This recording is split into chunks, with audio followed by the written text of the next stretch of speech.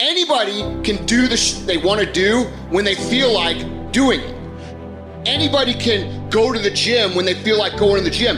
Anybody could show up to work and give 100% when they're in the mood to do so. But what makes successful people successful is what they do when they don't feel like it. I see people writing on my page, oh, Andy, I'm motivated. Oh, I listen to your videos and I get hyped. That's great, and I'm glad that I can get you hyped for 5 minutes. But what do you do after the 5 minutes is over? What do you do after you walk out of the seminar that you paid $1,000 to go to? What do you do when you wake up the next day?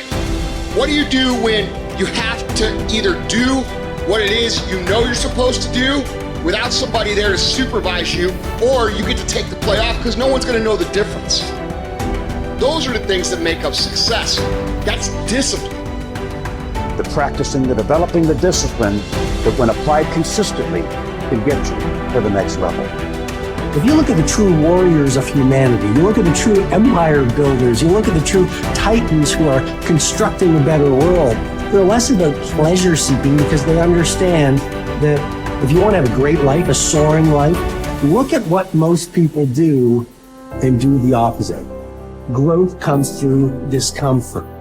You look at a great athlete, it's the way they show up in the championship game is simply how they showed up in the lonely light of the early hours at practice. To have the results, only 5% of the population have.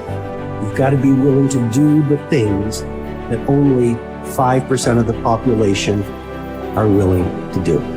Stop going on about the day as a servant. Become the master. Run your day and stop having it run you. Believe in yourself. You got one of 100 that has a belief instead of just jaw jet talk of intent. Huge differential there. Differential is somebody just believing life, and the other one taking the most of the opportunity time of life. Remembrance, otherwise forgotten.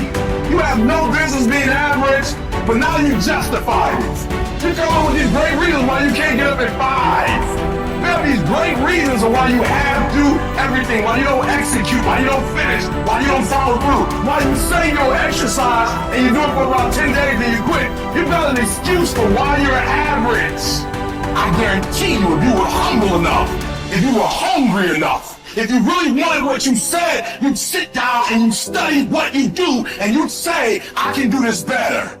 But I have not exhausted all my time. I have not exhausted all my resources. There's something missing. You're not where you're supposed to be. It's not going to take a lot, but it's a small gap. And the gap is called execution. If you want to execute just a little bit more, you'll be on a whole other level. And I'm telling you, you're not where you want to be financially. You are not the person you want to be. And you have not given yourself enough credit to say, I just need to get up a half hour earlier, and my whole life will change. I just need to get up 1 hour earlier. I just need to work 1 hour longer. Doing things that matter take time. Doing things that are great take time. Doing things that are going to get you paid take time. And you can't get around it. You can't outwork time. You can't change it. You can't do anything about it. It's just going to take time. And if you can understand aggressive patience, you can put it into play in your life, you can not only achieve everything you want to achieve, but you can do so with a sense of calm, with a sense of confidence, with a sense of certainty that your life is going to turn out the way that you want it to. It takes faith. You have to trust that things are going to happen. At the end of the day, if you go to bed at night and sleep good knowing you gave every day your all, you can feel good that things are going to happen. If you can understand that it is going to take a long time, and during that time, you are going to have to do absolutely everything you can, you cannot be anything else but successful.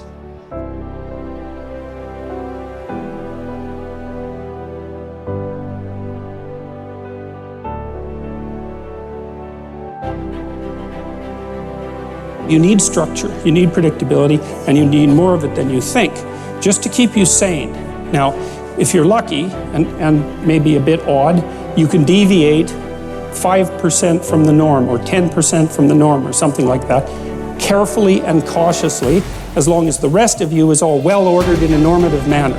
You might be able to get away with that, and you might be able to sustain it across time, and people might be able to tolerate you if you do it, or maybe you'll get really lucky and you happen to be creative but reasonably well put together, and people will actually be happy that there's something idiosyncratic and unique about you.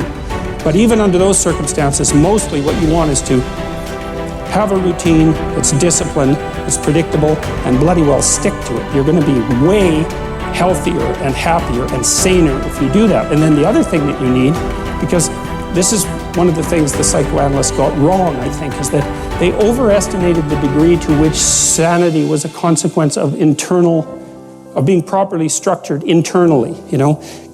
Because from the psychoanalytic point of view, you're sort of an ego, and that ego is inside you. And of course, it rests on an unconscious structure. But the purpose of psychoanalysis is to sort out that unconscious structure and the ego on top of it, and to make you a fully functioning and autonomous individual. But there's a problem with that, because the reason that you're sane as a fully functional and autonomous human being isn't because you've organized your psyche, even though that's important. The reason that you're sane if you have a well-organized unconscious and ego is because other people can tolerate having you around for reasonably extensive periods of time and will cuff you across the back of the head every time you do something so stupid that people will dislike you permanently if you continue.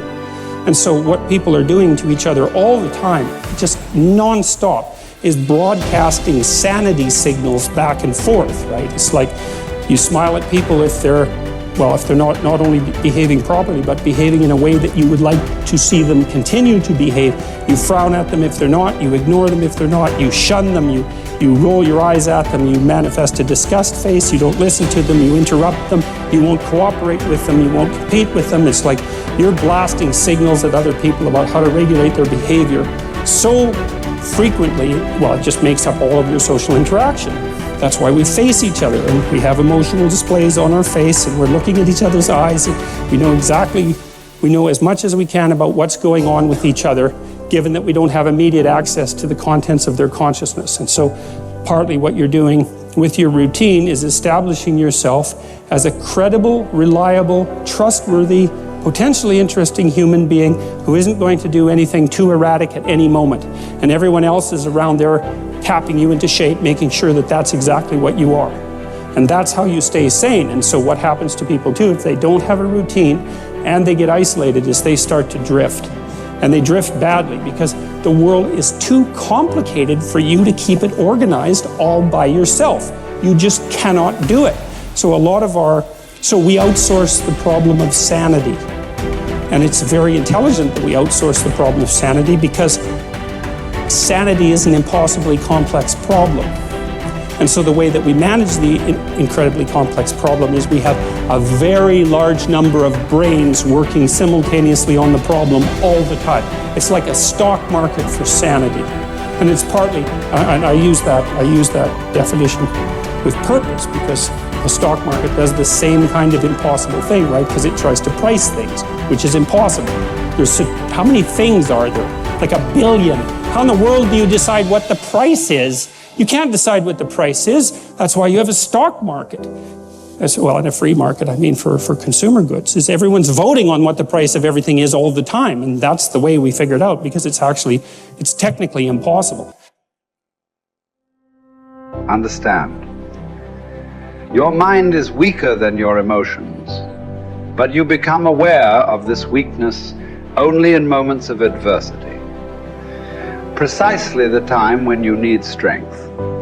What best equips you to cope with the heat of battle is neither more knowledge nor more intellect. What makes your mind stronger and more able to control your emotions is internal discipline and toughness. No one can teach you this skill.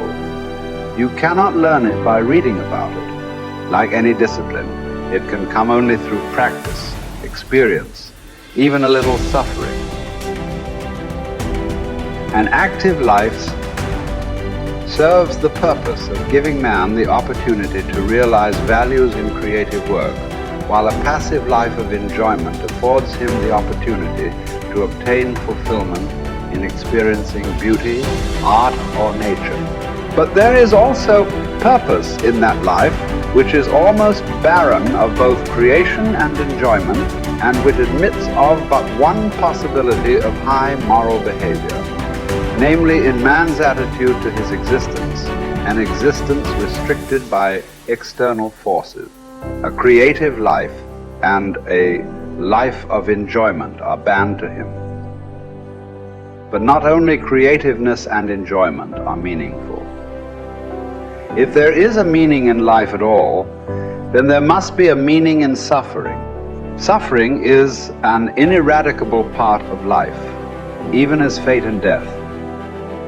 Without suffering and death, human life cannot be complete. As his mind becomes purer and his emotions come under control, his thoughts become clearer and his instincts truer. As he learns to live more and more in harmony with his higher self, his body's natural intuition becomes active of itself. The result is that false desires and unnatural instincts, which have been imposed upon it by others or by himself, will become weaker and fall away entirely in time. This may happen without any attempt to undergo an elaborate system of self-discipline on his part. Yet it will affect his way of living, his diet, his habits. False cravings, like the craving for smoking tobacco, will vanish of their own accord. False appetites, like the appetite for alcoholic liquor or flesh food, will likewise vanish. But the more deep-seated the desire, the longer it will take to uproot it, except in the case of some who will hear and answer a heroic call for an abrupt change. Persistence and variety. These are the two primary ways to develop great ideas or to solve important problems.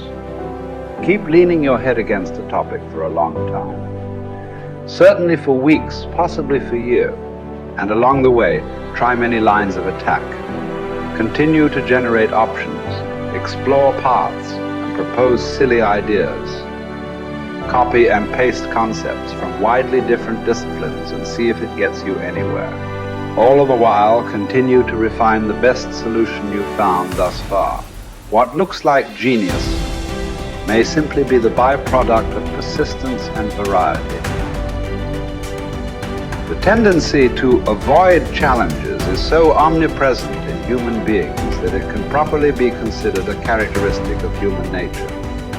But calling it natural does not mean it is essential or beneficial or unchangeable behavior.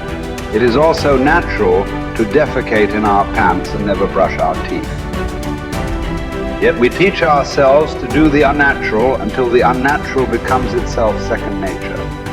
Indeed, all self-discipline might be defined as teaching ourselves to do the unnatural. Another characteristic of human nature, perhaps the one that makes us most human, is our capacity to do the unnatural, to transcend and hence transform our own nature.